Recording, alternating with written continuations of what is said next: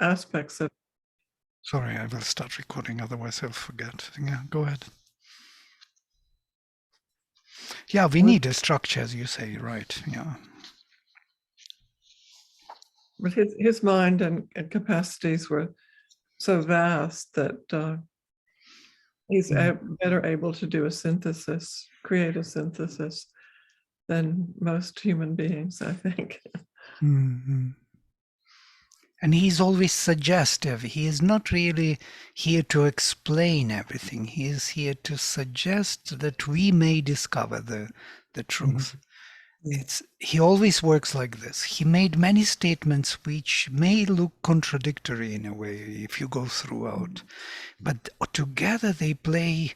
They're kind of like bits and pieces of one bigger knowledge which mind cannot grasp because it thinks in terms of black and white, yes or no. Right, everybody comes in. It's beautiful. Hi, Bill. Hi, Teresa. Hi, Nishat.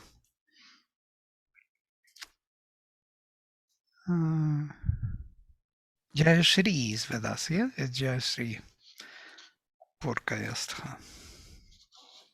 Namaste, everyone. Namaste, Nishat. Namaste, Jayashri. Bhakti Yoga. Hey, Vladimir. Hi, everyone. Yes, today is a big day of Bhakti Yoga opening. And I would recommend this chapter 7, the two natures of Sri Aurobindo's essays on the Gita, because whatever we discussed last time, actually he puts it into such a beautiful perspective. You could see immediately. I would really read through the whole chapter. I couldn't stop, It would be even better to read through and to see what Sri Aurobindo says on these elements, because now it's a time to make a distinction between Karma Yoga and Bhakti Yoga and Jnana Yoga. And once we see that distinction, we understand many things. We understand why Krishna speaks in this language in this chapter, what he wants to say, and so on. Which chapter specifically, Vladimir? Let me write this down, please, if you don't mind. Yeah, it's the two natures, it's called, from the essays on the Gita, Sri Aurobindo's, but it is chapter 7 in the Gita. It's our first Bhakti Yoga chapter of devotion and love towards the divine. And all right, let's start with mantra, I guess. Om Mukham Karoti Vachalam Pangum Langhayate Girim Yat Kripatam Maham Vande Paramananda Madhavam.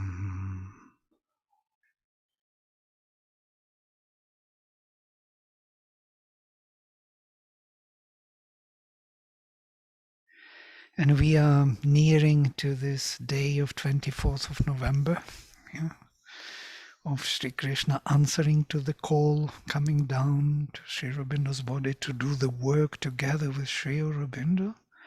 This is unheard of in any Indian Vedic tradition, that two avatars come into one body to hasten our evolution forward. This was never mentioned ever before.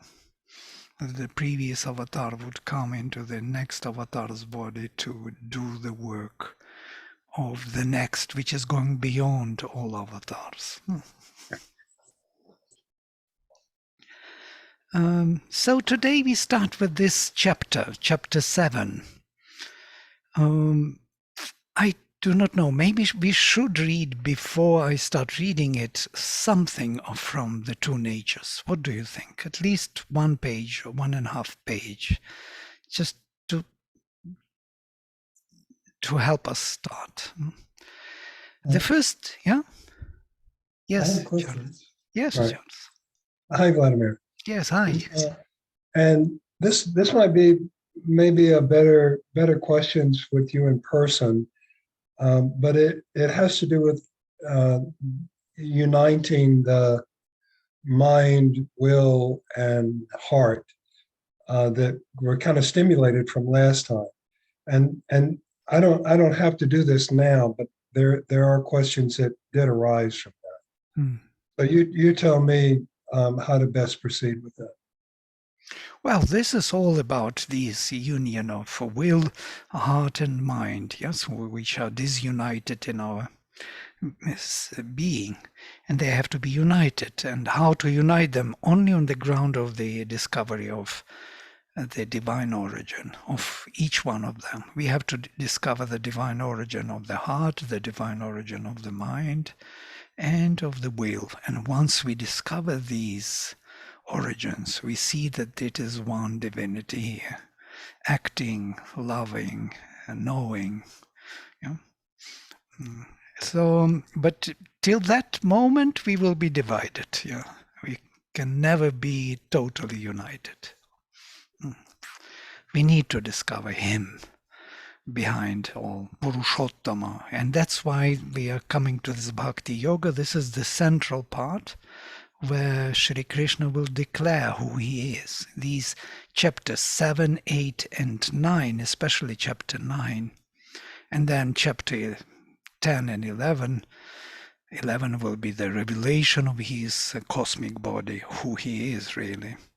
So it is in the middle of this Bhakti Yoga. Sri Aurobindo will give an interesting view now on this 1 page and a half of what is coming and what we have studied till now. The first 6 chapters of the Gita have been treated as a single block of teachings. This is Karma Yoga, what we learned. Its primary basis of practice and knowledge. Now notice, practice, karma, and knowledge, jnana. So somehow karma is not free from jnana. For some reason they have to, this is what Sri Aurobindo is doing. He's not kind of saying that it was karma, jnana will be there. He is already telling us that there is no karma yoga without the aim of jnana, of self-realization. If the action is done without the aim of self-realization, it is not karma yoga. Karma yoga is the action which is moving towards self-realization, which is through action we try to discover who we are. This is karma yoga. Yes? As Mother says, for Aurovillians, take any action and do it as yoga. What it means is do it in order to find yourself. All activities have to be educational. As Sri Krishna would say in Karma Yoga section, all the karma, all the action is turned and, how to say, arrives at self-realization. Karma, sarvam karma kilam partha jnane parisumapyate.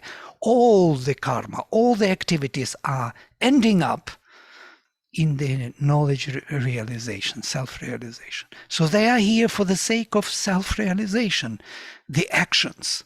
They are not here to do the actions or to, to build something or to make some results on the level of activities. No.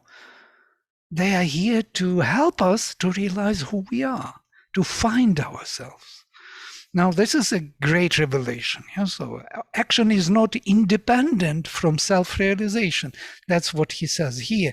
It's primarily basis of practice and knowledge. So practice leads to knowledge, to discovery who we are.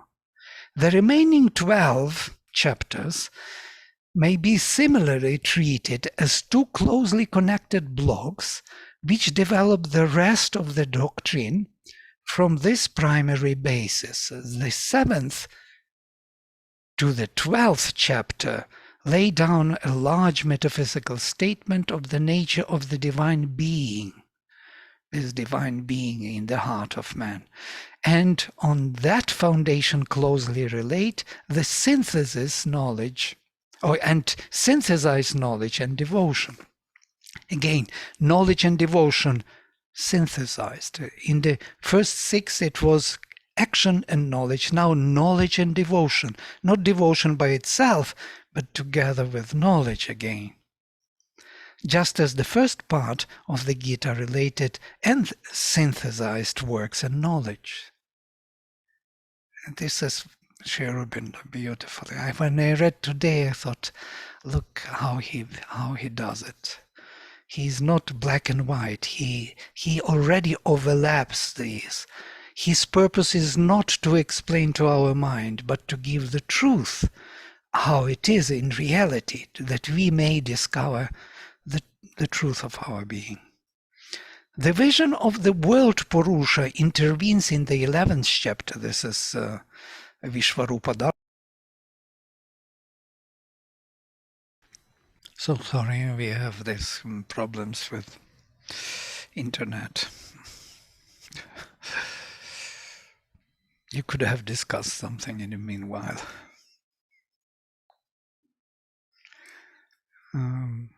So the vision of the world Purusha intervenes in the 11th chapter, gives a dynamic turn to this stage of the synthesis and relates it vividly to works and life. Thus again, all is brought powerfully back to the original question of Arjuna, around which the whole exposition revolves and completes its cycle. Afterwards, the Gita proceeds by the differentiation of the Purusha and Prakriti to work out its ideas, and that is in the last part, of the action of the gunas. That would be Jnana Kanda, Jnana Yoga, at the end, 6 chapters, of the ascension beyond the gunas, and of the culmination of desireless works with knowledge, where that coalesces with bhakti. Knowledge, works, and love made one. And it rises thence to its great finale, the supreme secret of self-surrender to the master of existence. In this second part of the Gita, we come to a more concise and easy manner of statement than we had yet had.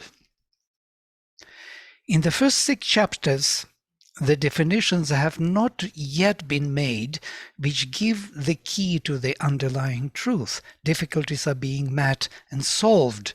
The progress is a little labored and moves through several involutions and returns. Much is implied, the bearing of which is not yet clear. We spoke about things which are seemingly clear, but not yet totally clear what it is all about.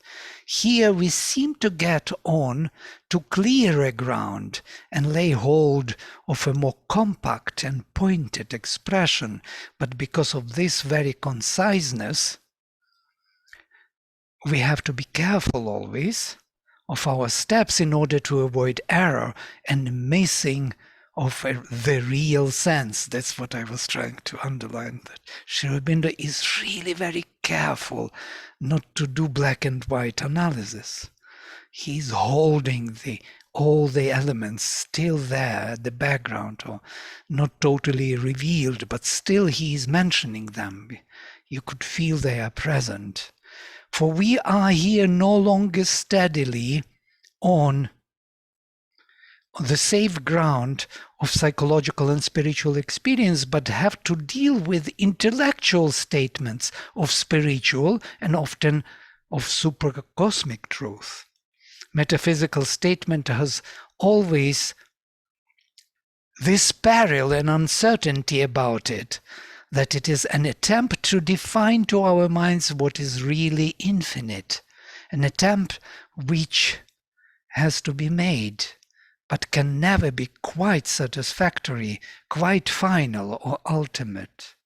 The highest spiritual truth can be lived, can be seen, but can only be partially stated, especially by mental philosophical language.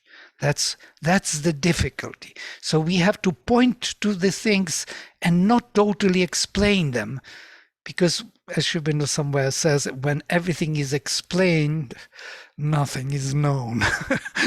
So we cannot go that route, to explain everything, because we will come to the dead end. Nothing will be understood finally, because everything is explained. The deeper method and language of the Upanishads, with its free resort to image and symbol, its intuitive form of speech in which the heart-limiting definiteness and of intellectual utterance is broken down, and the implications of words are allowed to roll out into an illimitable way of suggestion, is in these realms the only right method and language. And Gita is not that language. Gita is more precise and intellectual language, and it is much more difficult to express these truths. They have to be indicated, but not totally explained. But the Gita cannot resort to this form because it is designed to satisfy an intellectual difficulty. Answers a state of mind in which the reason, the arbiter to which we refer, the conflicts of our impulses and sentiments, is at war with itself and impotent to arrive at a conclusion. The reason has to be led to a truth beyond itself, but by its own means and in its own manner. This is the beauty of the Gita. Offered a spiritually psychological solution of the data, of which it has no experience. It can only be assured of its validity if it is satisfied by an intellectual statement of the truths of being upon which the solution rests. So I will stop here, just give you the very idea of the difficulty in which Gita is, and how Sri Aurobindo views it, and why it is so sophisticated and not totally answering the questions. Because it builds up. It builds up something which in time we have to understand. It won't be understood immediately. It needs time of dwelling and coming back to the Gita all the time. And all these bits and pieces build up slowly something which will be the answer. All right, I'm coming to the text. Shri Bhagavan Uvacha Maya Sakta Manav Partha Yogam Yunjan Madashrayah Asamshayam Samagram Mam Yathajnasyati Tatshrunu. The blissful Lord said, Mai Asakta Manach Partha Yogam Yunjan Madashrayah.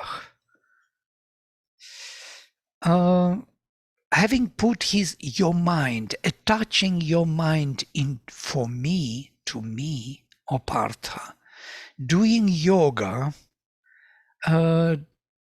following only me in every way, asamshayam, without any doubt, samagrammam, totally me, jnasyasi, you will realize totally me.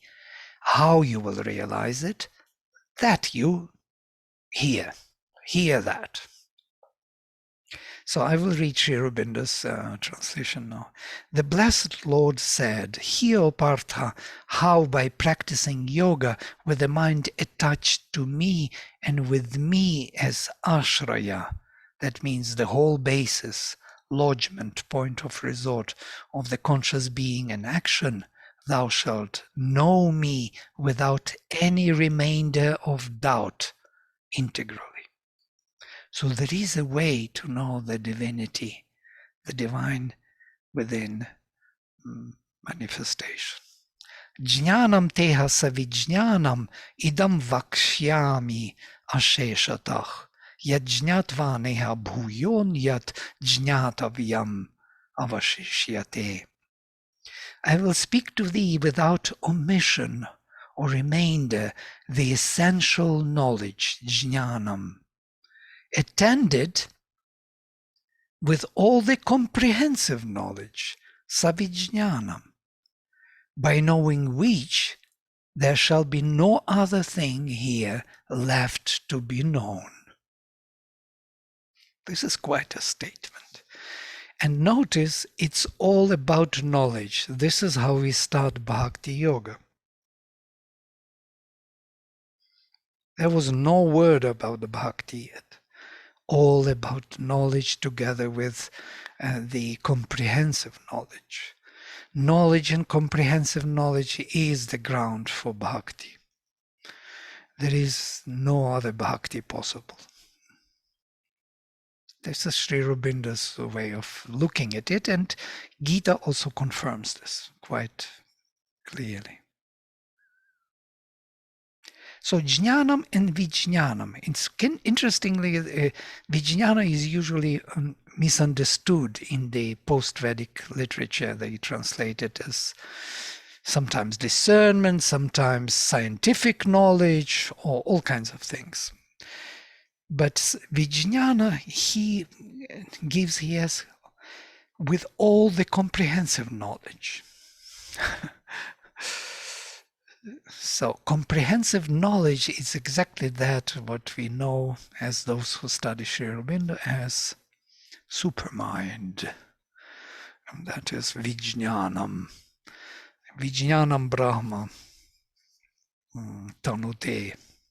Karmani Tanute Picha from the Taittiriya. Vijnana Brahman. It is the comprehensive means it is the knowledge of the spirit which is totally comprehensive. Everything is understood, seen, and located in properties, relations, qualities, actions. Everything is finally making sense.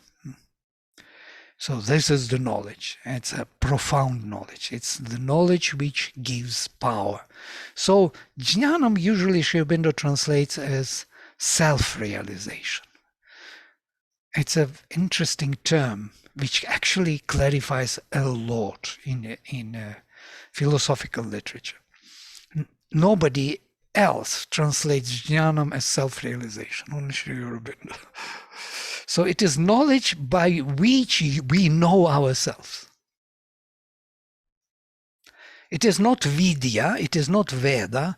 Vidya and Veda is something else. It is the knowledge which discovers something. Yeah? We discover, uncover, we obtain something, we gain something by Veda or Vidya. But jnana is a self-realization. It's not something objectively you discover or somewhere you discover. It is you realize within yourself your self-existence, your true self-being. This is jnana. So vijnana is interesting in this way because V means in every direction, everywhere, in all possible details. So self-realization in all possible relations. So if jnana is self-realization, finding oneself, then vijnana, knowing all possible comprehensive relations of this self to all other selves, true relations with other selves. So that's why he starts in this way. I will proclaim vakshyami asheshatah, without remainder, with nothing to be left, with no omission, the way to self-realization and comprehensive knowledge of all the selves.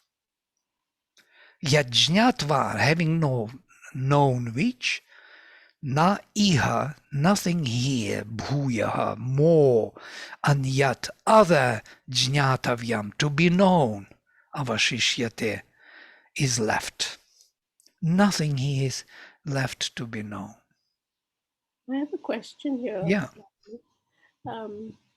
I'm just trying to understand this. That means essential knowledge would be the knowledge we gain through the mind. And comprehensive knowledge, would you call it knowledge gained through the spirit, like a spiritual growth, understanding, spiritual knowledge? No, Whether- jnanam is also spiritual knowledge. Only it is self-related. Whereas Vijnana is like, it's like Atman and Brahman, let us say. Yeah, self-awareness and the relation, seeing oneself in all the beings and all beings in oneself. This would be Vijnana. Thank you. Yeah. And jnana, knowing oneself already, truly, it's not mental knowledge at all. It's self-realization. It's the highest we can achieve. We cannot achieve higher than jnana, to know oneself. And then we know ourselves in all other selves and all other selves in oneself. And that is vijnana. So can we know it through the instrument of the mind? Mind is only one small instrument, and it has many levels, of course. Mind from the physical towards the overmental mind, yeah, and supramental mind, supermind, and supermind has levels also. So mind is the whole huge realm. What we call mind is the consciousness capable of concentrating, or the faculty of consciousness which has a capacity to concentrate on anything and know it by identity. This is what we call mind. Yeah. If we analyze how Sri Aurobindo analyzes mind, he speaks about this everywhere. The mind has the capacity, it's a faculty of consciousness which allows us to focus on any chosen object of sense or image of things, hold it within our consciousness, identify ourselves with it, and know it by identity. This is the mind. Mind is that capacity. It's not knowing. It's the capacity to hold, to concentrate, to bring it into our field of awareness. Thank you. Yeah. Well, I know it's a bit like a kind of, we are deconstructing things all the time. And we have the whole project which is called Faculties of Consciousness. And we deal in the Upanishadic sense with these. What is mind? What is seeing? What is hearing? It's amazing. There is so much more behind these faculties. They are not just indriyas. They are not just senses. And mind is not only a sixth sense. Yeah? It is much more than just sixth sense, which is synthesizing indriyas. But why it came to in Sankhya to be that sixth sense, which is synthesizing indriyas, the senses bring the information and mind chooses. Yeah, it is by the mind that you see, not by the eye. It is by the mind that you hear, not by the hearing, says Yajnavalkya in the Upanishads. Why? Because the mind is that capacity to focus consciousness on anything, on any action of the faculty of consciousness. If we are focusing in seeing, then what is focusing there? That is the mind focusing, yeah? And making us aware of that. Otherwise, our mind can go anywhere. Yeah? As they say, my mind was elsewhere. I was sitting here listening, but my mind was traveling somewhere else. So it concentrated on other issues and so didn't get anything out of it. Yeah? This is the mind. It draws consciousness to any object of sense. Yeah. So it's amazing what it is. So jnanam is not the mind. It is some kind of new quality of awareness of self-existent being within us. Yeah? This is something more fundamental. And vijnana is how this essential, quintessential being relates to other true beings. So Vladimir, real quick, because this has been a lot. I'm gonna So sorry. no, it's great. So don't let me complicate it, because we start out by saying we have to practice, and we're dealing with something that can never really be thought about or known. And yet it's telling us mind attached to me. So think about me all the time. And I'm thinking it's so simple, right? I mean, devotion, think about me, bring me into the being. But what is thinking? That's so very simply, I hear you trying to explain what it is that is thinking. And it's a beautiful contemplation inside me, because I think, well, maybe I'm just thinking that it's thinking of me. Who's thinking of who? Yeah. Ooh, yeah, I don't even know. I heard one thing and I promise I'll stop, but it's like, I can only be known, but it can only be known by becoming it. But I think that's how do we, anyways, I'll just, Yeah, that's what Sri Aurobindo says, that you can know things only by, I can know this because I have become this, yeah, so to say. I know that I am angry because I identify myself with this body and with this movement of energy, which is called anger, and that's how I know that I am angry. If I can know only that what I myself am, says Sri Aurobindo, I cannot know anything else. It has to be only one way to know, knowledge by identity. So there is no other way to know. How would you know what is happening behind you if you're not even seeing it, not focusing on it, or not even aware of it? So you will have to bring it into your awareness field, hold it there, concentrate on it, allow your consciousness to bring all the varieties through your consciousness, through your experience. So sorry, it just gives these glitches. Yeah, the punching line was missing at the end, but that's okay. I was leading to the line at the end, yes. But nevertheless, so knowledge by identity is the only knowledge we can have. And there are layers upon layers. We go farther and farther away from this total knowledge by identity. Yes? Knowledge by intimate, by direct knowledge, by indirect knowledge, by indirect contact. Sri Aurobindo gives all these levels till it comes totally to the central knowledge by identity. It's beautifully described by Matthias. He has written an excellent article on consciousness. I would recommend this. Maybe I will put the link to it to read. Let us come back to the Gita and maybe, yes, if you don't mind, I will proceed. Yes, Bill, I hope there was some shadow. no, thank you.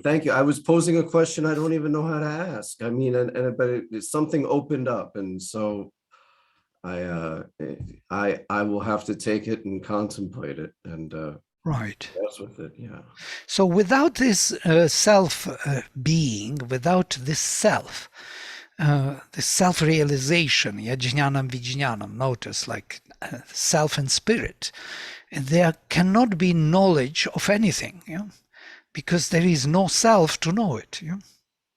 So if there is no you who can bring it to yourself, to identify with yourself, how knowledge can proceed at all?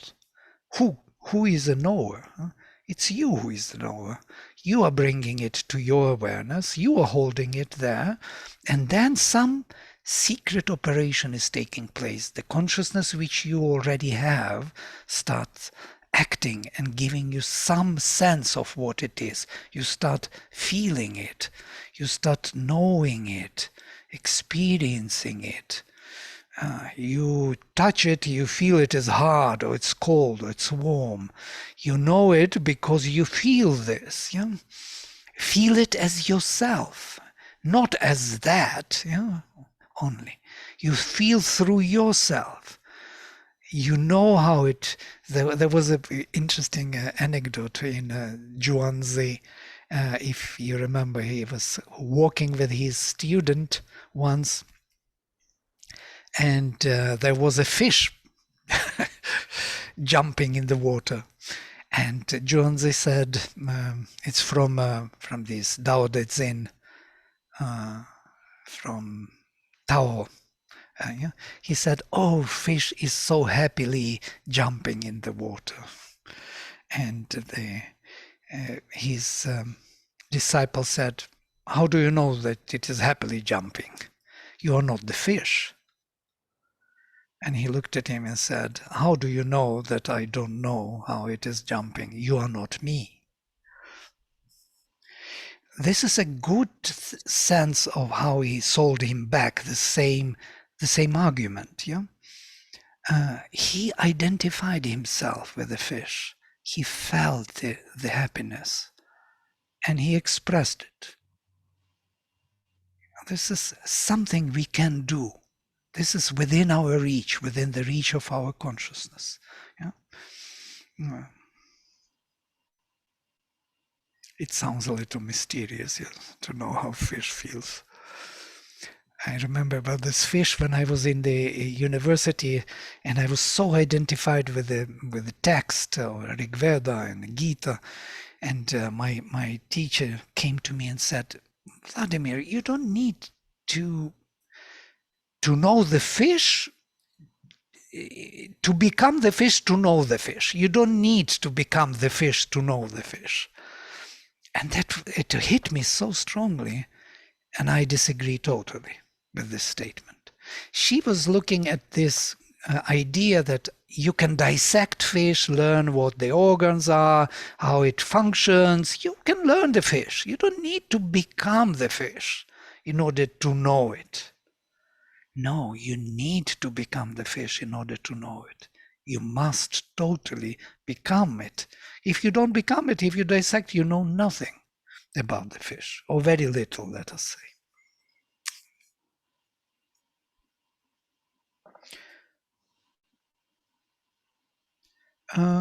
Okay, manushyanam sahasreshu kashchit yatati siddhaye yatatam api siddhanam kashchit mam veti tatvatah. Among thousands of men, someone is aspiring for the perfection or realization, strives after perfection. Sri Aurobindo says, Yatatamapi siddhanam, and among those who already realized the perfection, kashchit mam veti tatvatah, hardly anyone knows me. So among thousands who are seeking this perfection, who are looking for the realization, there is hardly one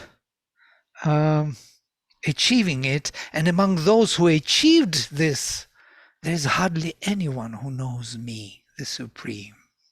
This is the gradation of knowledge. This was kind of discouraging, or maybe encouraging in some way, because it tells us that it is okay. We have to, to grow in knowledge. It will take a long time to really discover the divine. Okay, I will stop here because we said quite a few things. So you see how Bhakti Yoga starts beautifully with this knowledge and discernment and knowing.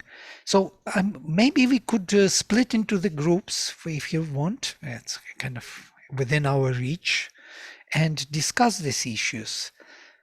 Would you like to be in the bigger group, and discuss these issues? I want discussions more than me talking one way.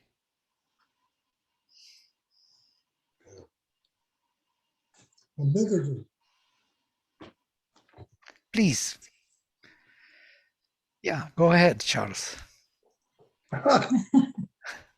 Yes, good idea. Okay, so this is a segue into some of the questions that I had.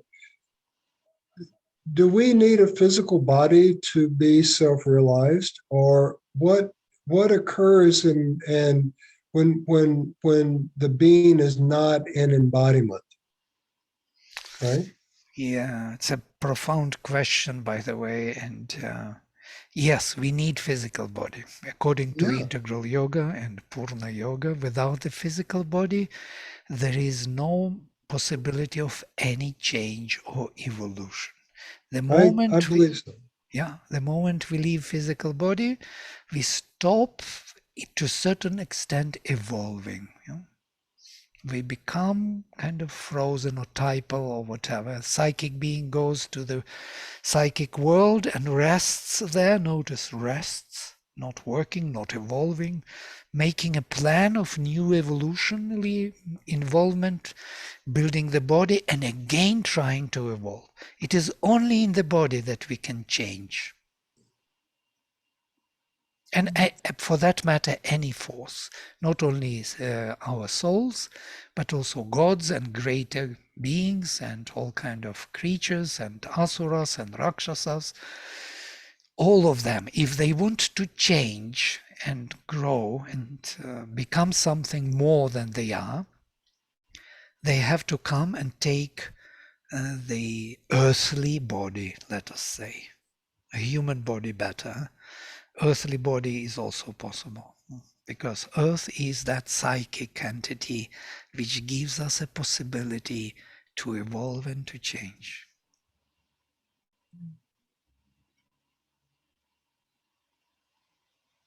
This knowledge we can't have. It is given to us by Sri Aurobindo and the Mother. We do not know about it otherwise. Yeah? It's nowhere written. Nobody speaks about this. In the Indian tradition, you will not find it. Maybe in Bhumi Sukta.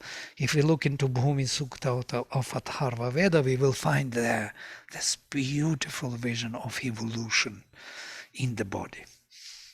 So in the Vedas, it is somewhere implied, but it is kind of forgotten in the post-Vedic period. Body and nature became a burden for us, for our spirit, which we have to get rid of in order to go to the spiritual finding. But it's not true.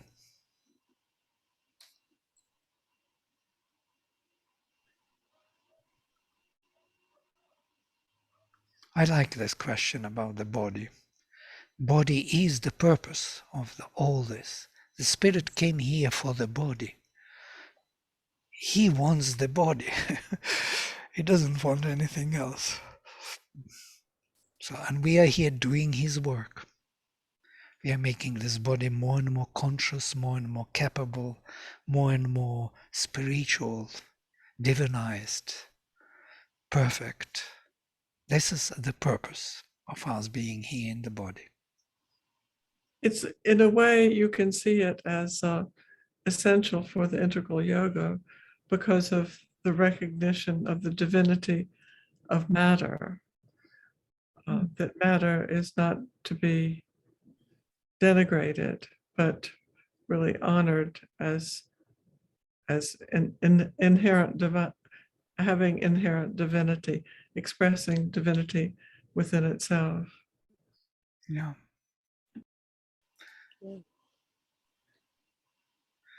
Yeah, it was seen like this in the Veda. Vedas view the embodiment as the in Chandogya it is beautifully said that for the human beings, the earth is earth and heaven is heaven. But for the gods, the earth is heaven and the heaven is earth. They're standing there and they're looking at earth as heaven. This is their heaven. They want to be here in heaven. Oh, it is, yeah. Wasn't there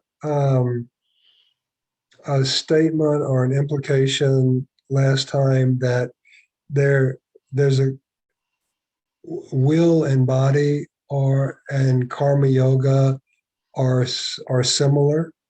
Yeah, connected. Yeah, definitely. Yeah. So what happens for me is it seems like that it's in the body that we unify the heart and the mind. Yeah. And that's the beauty of karma yoga, is because that's in action. The heart and the mind is activated and actualized within the body. That's how I think of it. Absolutely. So beautiful, yes. It's actually the foundation on which everything, all the forces can come into play in harmonious kind of, they coincide, they correlate, they Yeah. cooperate. Without the body, they cannot do it. Yeah. So my confusion is that for many years I've been going forth with that concept, and that it's the body that unifies the heart and the mind, or the will that unifies. Not I'm not talking about the hierarchical of what's the dominant force, which I believe love is, right? But I'm speaking of what unifies the heart and the mind. And so now we're moving into bhakti, and that's how we cultivate the heart and the mind and the will. But it seems like we need the body to bring those aspects of being that together. Am I on track with Yeah, that? absolutely. Well, yes, absolutely. I hear you, yes. And we wanted even to dedicate the whole year, next year, to the discovery of the necessity of the bodily consciousness, what it Oh, I really love it. means, because in spiritual view, no, in the spiritual approach, not in the materialistic approach, not in the biological approach, but as an enterprise of the spirit. Body is the enterprise of the spirit. If you look at it, you will see that all the faculties are major the reason of this body to be. Yeah? This body exists only for what? To see, to hear, to speak, to eat, to survive. To eat means to because there is no other way to be here in the body. You have to get other bodies as energies. So this exchange of forms is taking place, but the whole track, this intestine, everything is one tube going in and out. Yes, taking all the energy in. But if it leave out of this tube, you will see eyes, you will see ears, you will see the word, the mind, the feelings. What are these? What are they doing in the body? This is what the body is about. It's not about anything else. It's about them. And these are the faculties of consciousness. These are the faculties of Purusha, who wants to see, who wants to speak, to communicate, to think, to touch, to relate to others, to act in the body. He wants to be here in the body. Otherwise, he would not be here.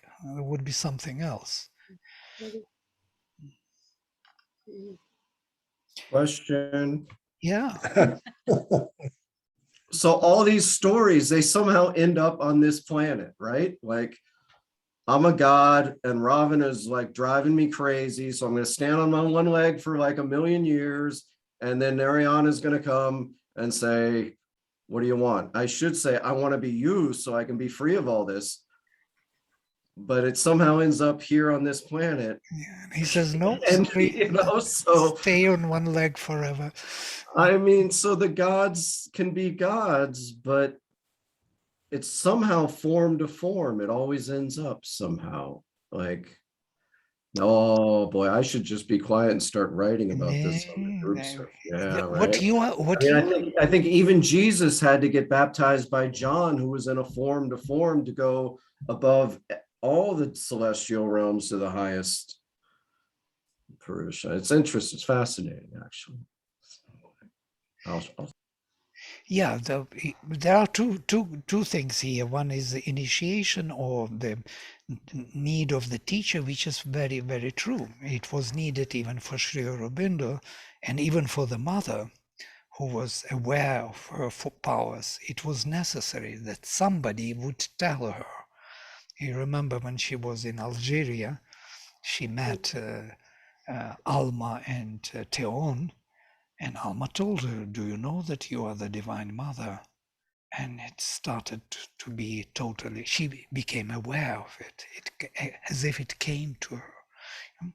So it is needed. Sri Aurobindo also had help from Vishnu Bhaskar Lale, who helped him to really recover his inner being. In 3 days, he reached nirvana, in 3 days of meditation. Who in this world in 3 days reached nirvana? I'm just teasing a bit, because Buddha was 9 years walking around, and 6 years, and Bodhisattva 9 years was sitting in the cave. Sri Aurobindo was 3 days sitting with his guru and got into this Brahmic consciousness.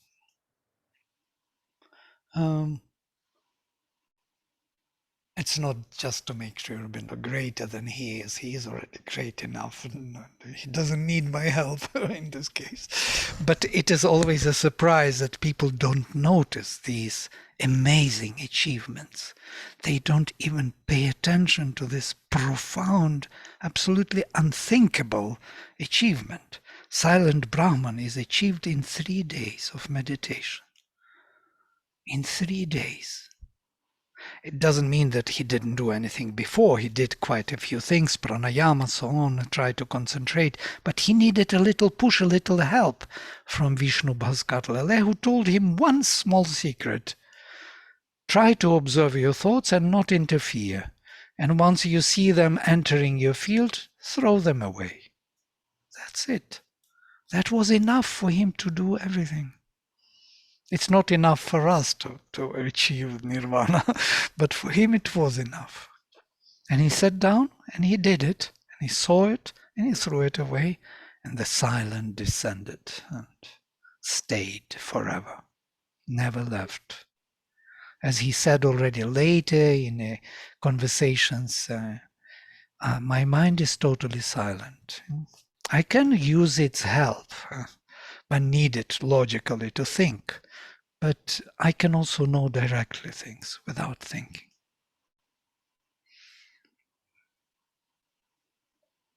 So this is the mind. Okay, why we are here? What are we talking about?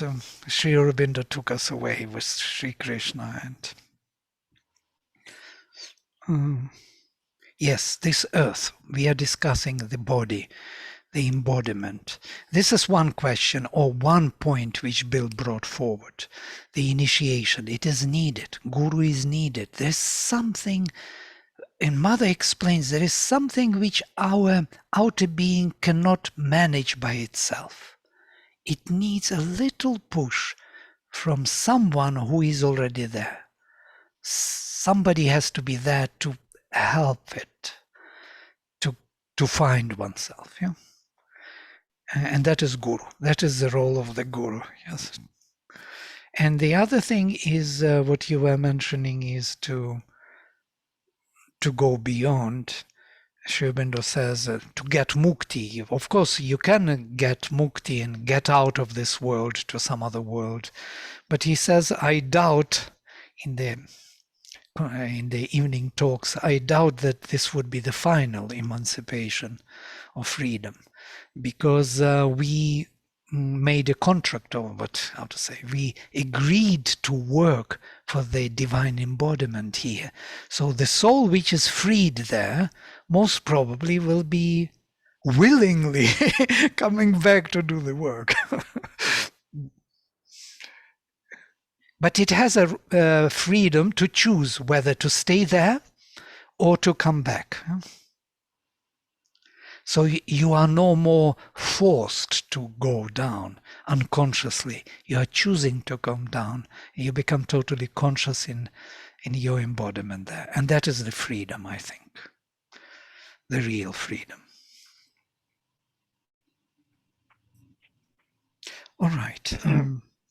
I brought many topics. Somebody wants to say something. Sangeet? Yeah, just a quick question. So, sorry if I'm changing topics. So, the philosophy of the Gita, is that congruent to what Sri Aurobindo says in terms of the duty? Because I was discussing with somebody and what Mother said. So the duty of the ordinary man is to, and the aim of the ordinary man is to do duty, right? And then somewhere of somebody who wants to do yoga is to realize the divine. Is that congruent to what's in the Gita as it is? Or is there a little bit more what Mother and Sri Aurobindo said? I think it's a bit more, yeah. Bit more, okay.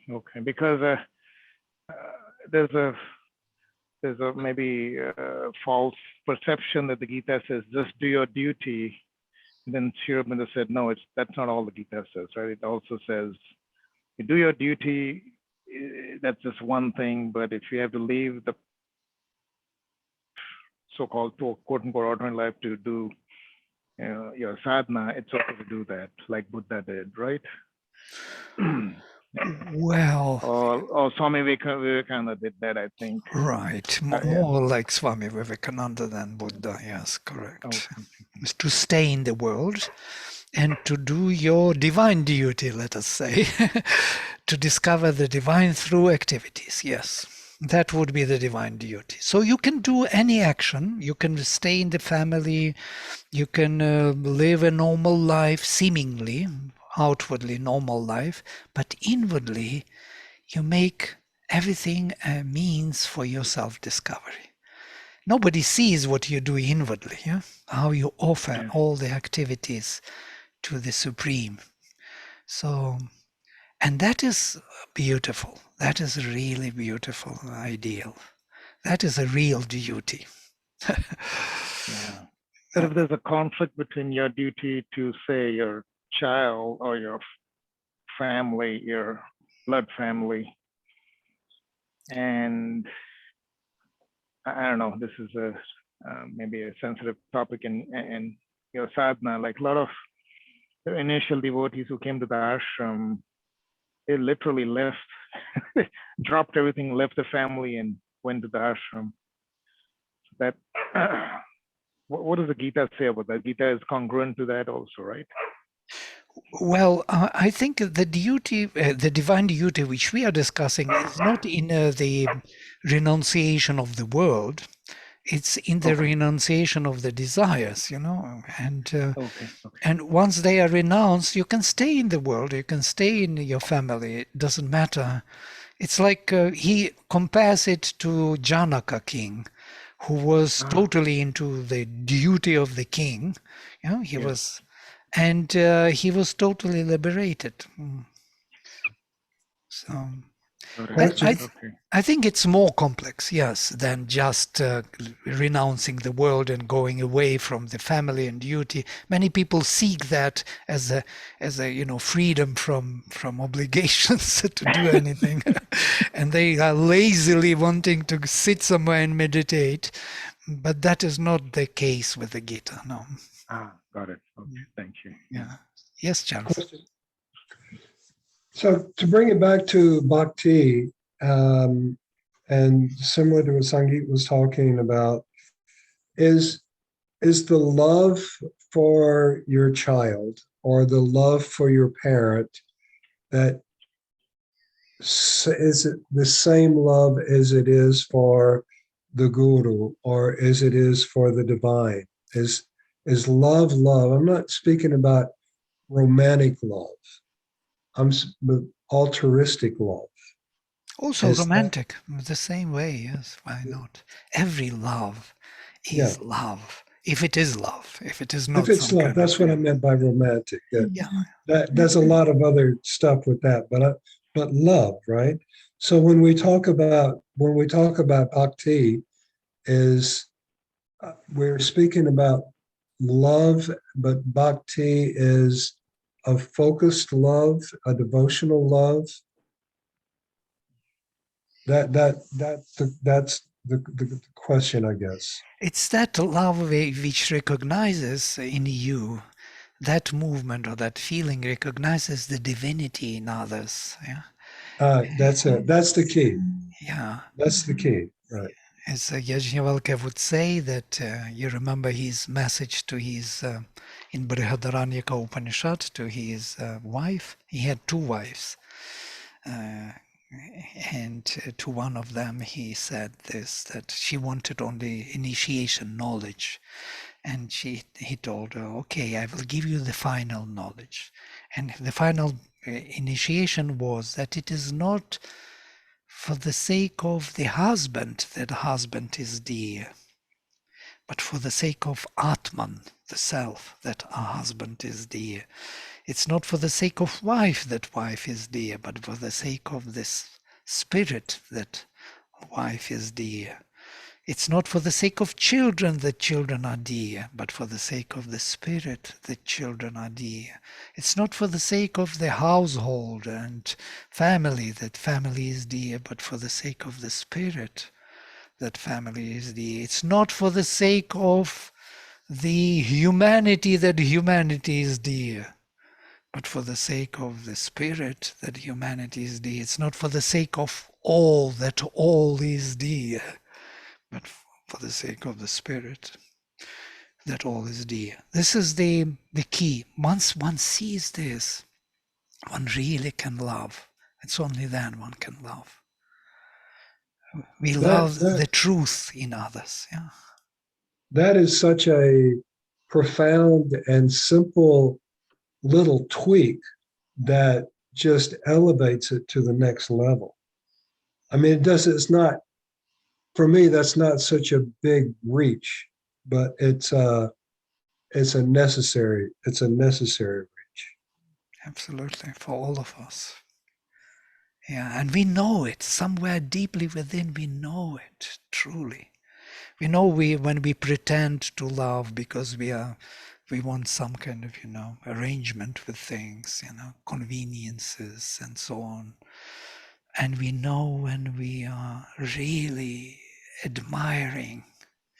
As the first verse of the Rig Veda starts, I seek the divine will, the flame of the divine will with adoration. I seek it with adoration. Oh, this is the real love.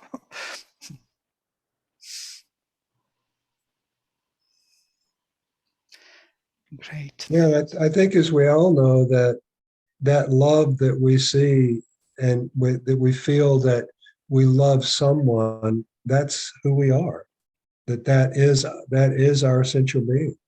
That love is that nature, right? And so everyone that has that relationship with Mother and Aurobindo and that bhakti, it's such an advantage in the game.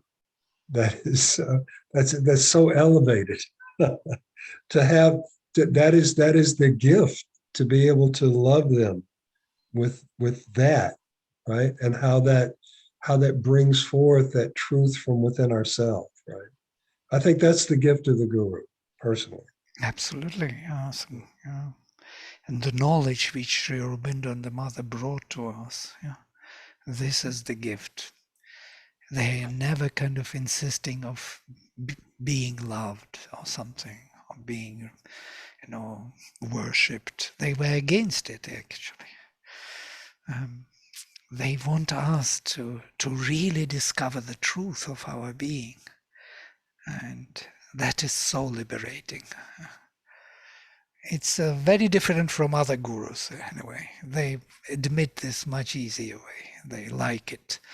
And that kind of puts a big question mark for me. How far they really know what they do. Great. Lovely. We can, Kimberly, you are thinking something deeply, no? No, just happy, just listening.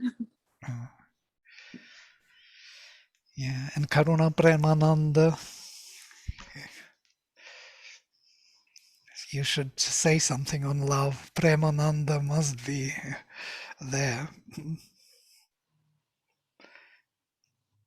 My feeling is that the only thing that there is ultimately is love.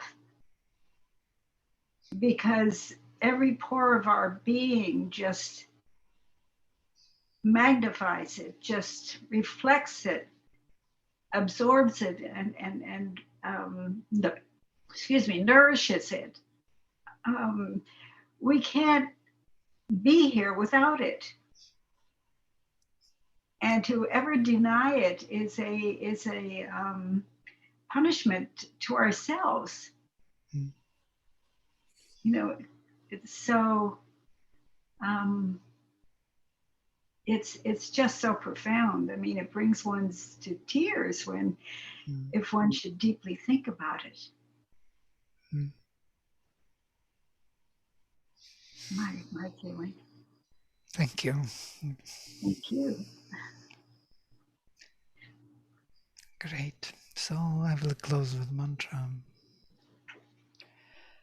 Om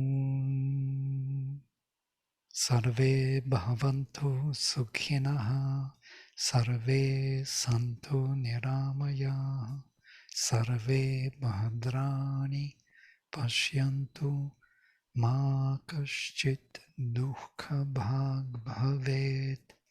Om Shanti Shanti Shanti.